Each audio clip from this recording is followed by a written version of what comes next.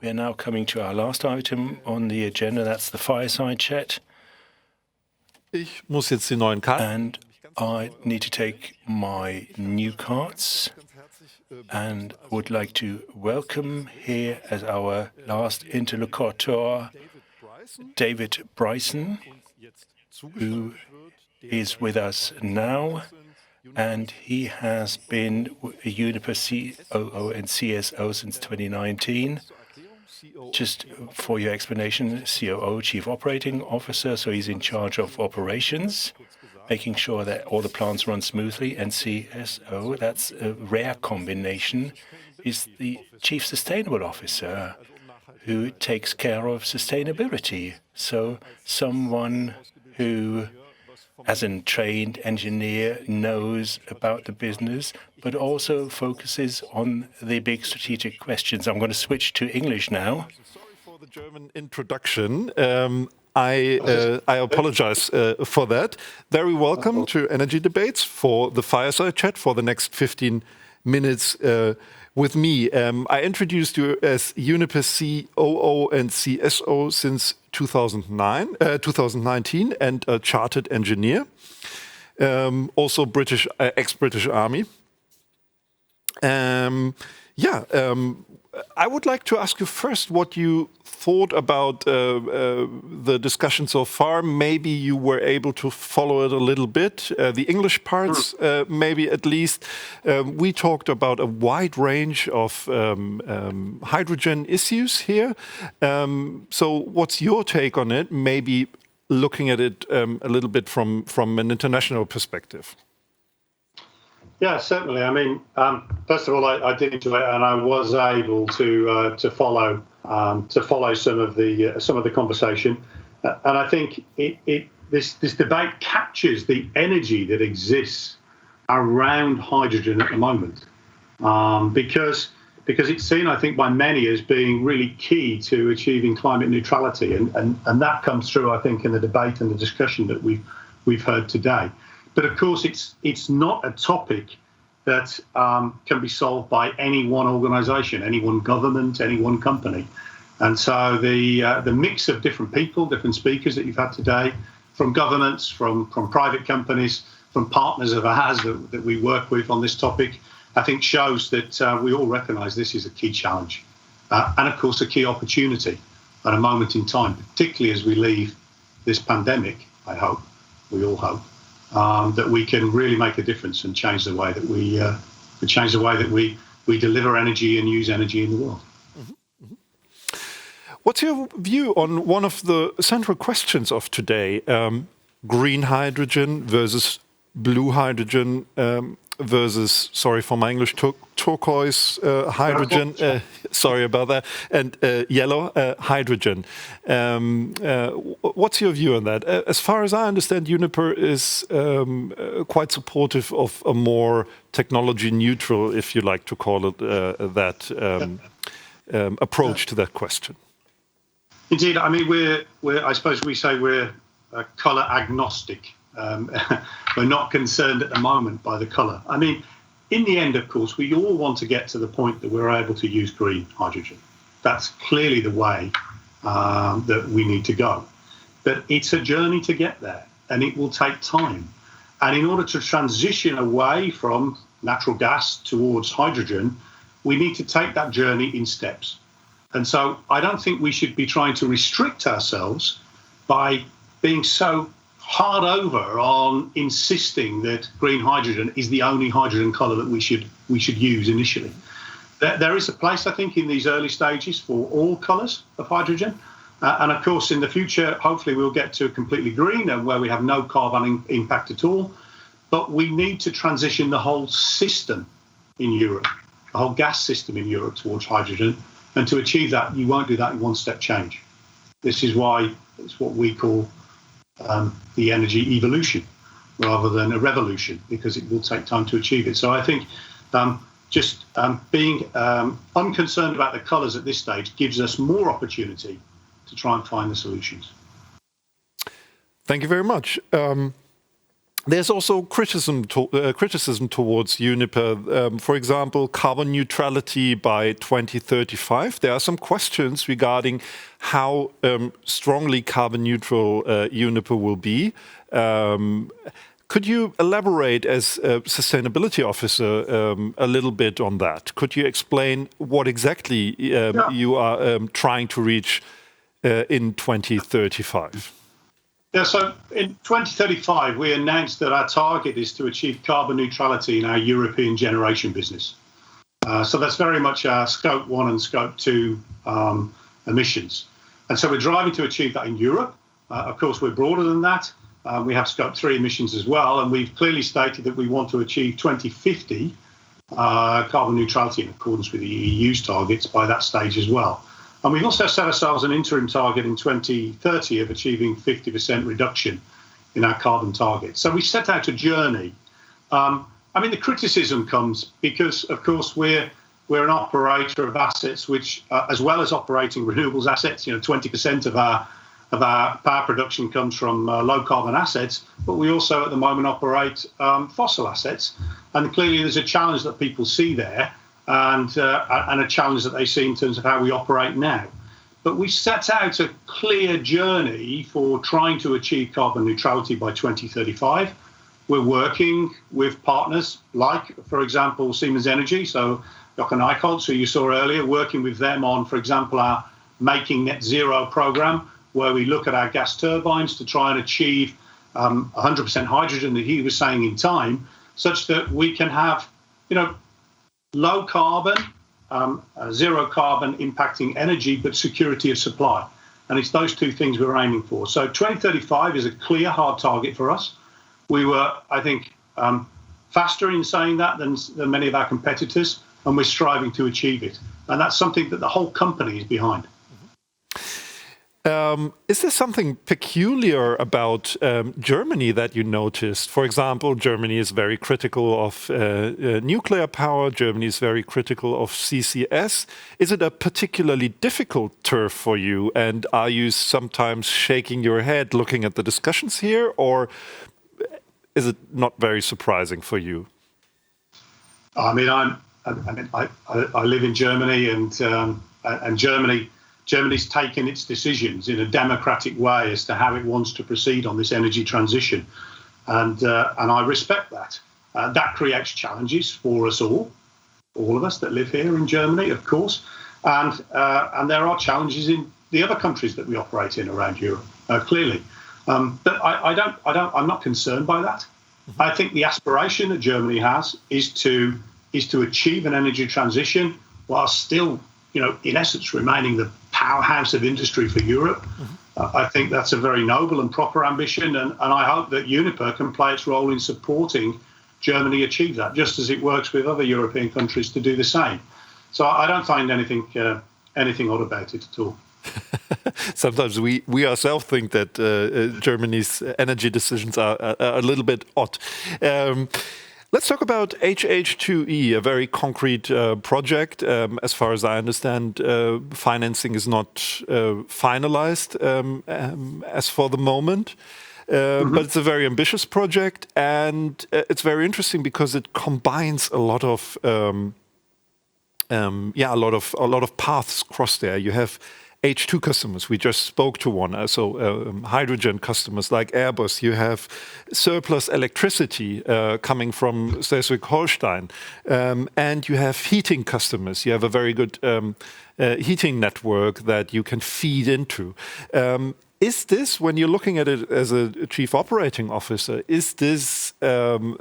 these the first, the points, the locations where the first hydrogen steps in general will be taken, these intersections of a lot of different demands?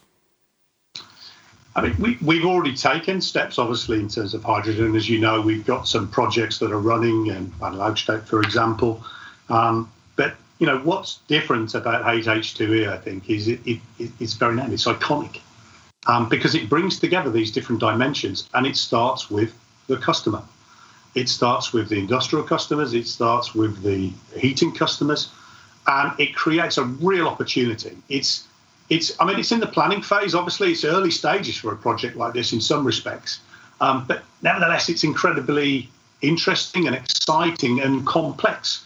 And it's that complexity that can only be solved, I think, working with partners that we really appreciate, because that's where we think we have an advantage. So working with the companies that you described earlier, working alongside them to try and deliver a solution in this space, I think is where we can really bring hydrogen together to solve the problems of customers and to solve the problems of the energy transition.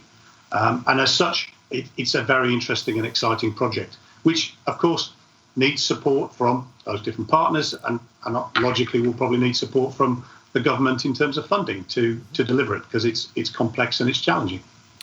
You're looking for European IPCEI funding. We have 9 billion in Germany ready for investment in the hydrogen economy. But when will operations like HH2E, I registered that you call it the German name in English publications as well, that HH2E will be economically sustainable without government help. Could you give a timeline for that? What are your expectations?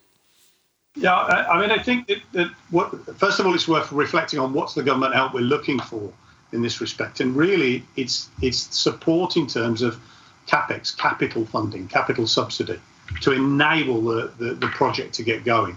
And that's the sort of application that's been placed. And that means that the funding period, is significantly shorter than you'd see, for example, with EEG, much less than 20 years. It's still, as I say, early days in some respects for the project. There's technological changes that probably will come along. There's regulatory framework changes that will be there. So we'll need to bring that all together to be clear about when we think we'll be at a position where we've got that profitable project in terms of timeframe and payback. But we're fairly confident at the moment that will be within a very reasonable timeframe. I think what's important to remember is that this requires commitment from all sorts of partners, from the local politics, in Hamburg, from the politics in the Bundesland, from companies like ourselves as Siemens and others, in order to work together to achieve it. So it really is, partnership is the way in which we will be able to deliver these significant projects that these billions of euros are designed to support and assist as we come out of the pandemic. Could you give us, of course you don't want to tell us any business secrets, but could you tell us what sort of projects that deliver these partnerships that are essential, as you made out? What and where are you looking at the moment, also beyond Germany? Yeah, so we have some exciting projects in the UK, actually, outside of the EU now. Unfortunately, I will say. But the Humber project, where we're working with others again in partnership to look at trying to decarbonise the Humber region, which is one of the biggest carbon emitters in the United Kingdom, that area. We're also looking at projects in the port of Rotterdam. We have an asset there at Maasvlakte, and the port of Rotterdam is really clearly working hard on decarbonisation. So we want to look at hydrogen projects there to support them. And then we also have some projects in Sweden that we're looking at, along with a company called Bergstock, again, using hydrogen. And it's these projects in the Netherlands and in Sweden and in Germany that we're looking at and working with others to apply for the funding for these important projects of common European interest, because they are common European interest. All of those projects will address fundamental challenges, not just locally, but also potentially across Europe and even globally. So there's lots of opportunity out there, and more opportunity than a company like Uniper can cope with, and others. And that's why working in partnership is key, because we need to do it along with other players in the business. What, in your view, is the most hydrogen-friendly economy country at the moment? Ooh, is it Germany? That's a very good question. That's a very good question. I think it's a very hard question to answer, because I think if you're inside the country, many countries at the moment are feeling driven by it and are really supporting it. I suppose when you think about hydrogen. And I remember being at a meeting in the IEA and listening to Fatih Birol talk, and he said that that hydrogen was the only time he'd seen political leaders in the world really agreeing around an energy topic with hardly any disagreement. So I guess that shows you there's something different here. But also, I think in that discussion, we looked at why is hydrogen important, and it's particularly important for those countries that are integrating large amounts of renewables energy and need, on top of the ability of storage, they need the opportunity to be able to provide security of supply and baseload without significant low carbon energy sources like nuclear or hydro. So if you look at Germany, as it's taken its decision around nuclear, and yes, we're a big player for hydro in Germany, but that's nowhere near enough power needed, then clearly something like hydrogen is critical to Germany, and that's why it's so important. But actually, if you look to the UK, to my home country, it's also important there because we've seen the difficulties that they're having in delivering on their nuclear program. So they realise the importance of this. So I think it's important in a number of different places, either from an end user perspective, or I guess if you're in the Middle East, it's very important because you're thinking about producing it, shipping it, commoditizing it, and moving it to Europe, for example. And that's something we definitely see. And we have projects, in the Middle East with partners who are really interested in trying to produce green hydrogen and move it as a commodity into Europe, because that's obviously another part of our business. So I think it's important for each country at the moment. Everybody's exploring the opportunity. And this decade will be a decade of building the business models to make this global economy, hydrogen economy work, and to make the national economies work and to make the regional economies work. Wonderful. Thank you so much, David Bryson, for joining us here for the Fireside Chat, for the last leg of this very long and interesting discussion. I'll switch to German now to say goodbye to our viewers. And thanks again for joining in.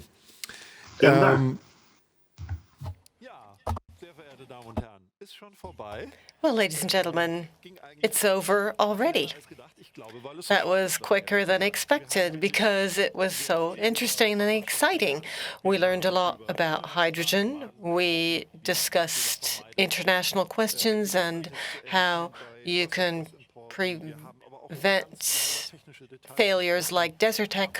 We talked about technical details, but also about the budgetary situation or the situation, the affordability of electricity amongst households. We talked about whether hydrogen is the champagne of the energy transition. We talked about regulatory topics, which will then have to be decided by the new federal government in the next few months. So many basic questions will have to be solved. And I think we saw many different perspectives today. We also heard criticism with regard to over-subsidization, and green hydrogen.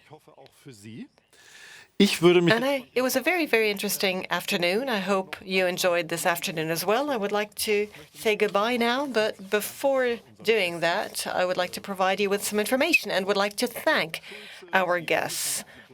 Svenja Schulze, Federal Minister for the Environment, Mr. Pinkwart, the Minister of Economics from North Rhine-Westphalia, State Secretary Mr. Goldschmidt from Schleswig-Holstein, from Uniper and CEVE for supporting and helping us to organize this event. And I would like to thank you, the audience, above all. Everything that has been discussed is available. You can read it, or if you missed out on something, you can also see the recording. The debate will be made available on the website www.Debate.Energy. And we will also send out an email including all links to this event and the report. So if you've missed something, if you feel you've missed something, you really haven't. I would like to thank you warmly and wish you a wonderful afternoon and evening.